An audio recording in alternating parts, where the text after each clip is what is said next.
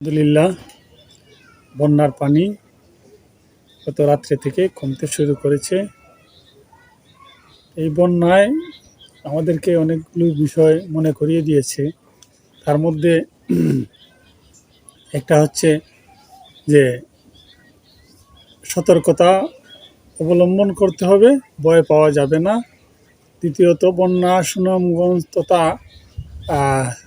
সিলেটে বন্যা হওয়ার মূল কারণ সুনামগঞ্জে আমরা যারা উপলব্ধি করতে পেরেছি যে আমাদের নদীর পানি হাওরে ঢোকার জন্য যে খালগুলা ছিল, এখন বেড়িবাঁধ এবং সড়ক হওয়াতে অনেক খাল বন্ধ করে রাস্তা মেরামত করা হয়েছে, যার কারণে নদীর পানি হাওরে বা নিম্নাঞ্চলে প্রবেশ করতে পারে না। আর আরেকটা বিষয় হচ্ছে, অনেকেই ফেসবুকে বারবারই বলছেন যে ইতনা মিটাইমন কিশোরগঞ্জ, সেটা অনেক সুনামগঞ্জ থেকে দূরত্ব অনেক, সেই জায়গায় পানি পৌঁছানোর আগেই সুনামগঞ্জ বন্যা হয়ে যায়। আমরা যেটা মার্ক করতে পেরেছি, যেটা ধরতে পেরেছি, সেটা হচ্ছে যে সুনামগঞ্জে বন্যা হওয়ার মূল কারণ হচ্ছে খালগুলো বন্ধ রেখে রাস্তা করা হয়েছে। আমাদের এই যে বিভিন্ন নদীর মোহনায় থেকে হাওরে যে পানি প্রবেশ করতো, সেই খালগুলাকে পুনরুদ্ধার করতে হবে এবং খনন করতে হবে। এবারের বন্যায় আরেকটা বিষয় হয়েছে যে সুনামগঞ্জ, বিশেষ করে সুনামগঞ্জ পৌর শহরে পিডিপি বিদ্যুৎ দিতে তারা কার্পণ্য করেনি। আমার মনে হয়েছে যেটা তারা বন্যার সাথে যুদ্ধ করে হলেও আমাদেরকে বিদ্যুতায়নের মধ্যে রেখেছে। তারা ঘোষণা দিয়েছিল যে বিদ্যুৎ দিবে না, তারপরেও তারা বিদ্যুৎ দিবে। আর বিভিন্ন সংবাদ মাধ্যম বা অনলাইন মিডিয়াগুলা অনেক বিভ্রান্তিমূলক নিউজ প্রচার করে, একজন আরেকজনের কাছ থেকে জেনে শুনে সংবাদ প্রচার করে।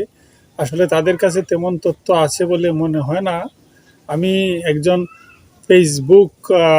ফেসবুকে একজন তার নিজের আইডিতে পোস্ট করেছেন, সালেহীন চৌধুরী শুভ, ওনার কাছ থেকে মেঘালয় এবং শিলং থেকে কিছু তথ্য উনি দিয়েছেন। ওনার তথ্য মতে কিছু যে নিউজগুলা দিয়েছেন সেগুলাতে অনেক সত্যতা পাওয়া গেছে এবং পরিস্থিতি এবং এই আবহাওয়ার সাথে ওনার নিউজগুলার সামঞ্জস্য ছিল। সেজন্য ওনাকে এই ভয়ভীতির সময় সুনামগঞ্জের মানুষকে উনি কষ্ট করে তথ্য দিয়েছেন, সেজন্য আন্তরিকভাবে ধন্যবাদ জানাচ্ছি। ওনার সাথে একটা সংগঠন আছে, সেটা হচ্ছে বেলা নিয়ে উনি কাজ করেন। আমি ওনার প্রতি দৃষ্টি আকর্ষণ করব যাতে সুনামগঞ্জের এই সুরমা নদী, কুশিয়ারা নদী, বটের খাল, জাদুকাটা নদী, চলতি নদী, এইসব নদী,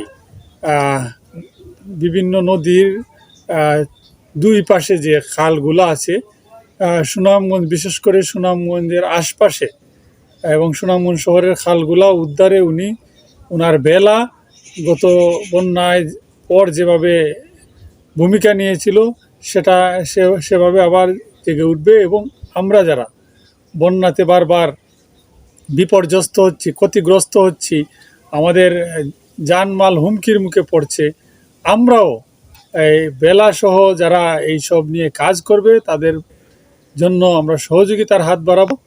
আমরা আমাদের জন্য এগিয়ে আসব, খাল উদ্ধারের জন্য আসব। আমাদের ভবিষ্যতে যাতে এই বিভিন্ন বন্যার বিপর্যস্ত না হতে হয়, ক্ষতিগ্রস্ত না হতে হয়।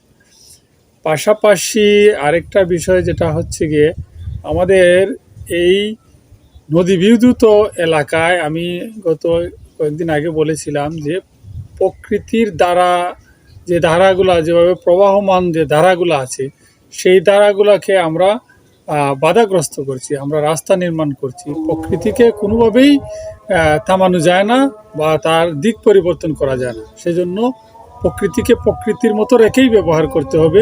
সেদিকে সবাইকে রাষ্ট্রীয়ভাবে এবং রাষ্ট্রের যারা বিভিন্ন দায়িত্বে আছে, সেই বিষয়গুলো তারা অবলোকন করবেন, অবজারভেশন করবেন বলে আমি বিশ্বাস করি। ধন্যবাদ।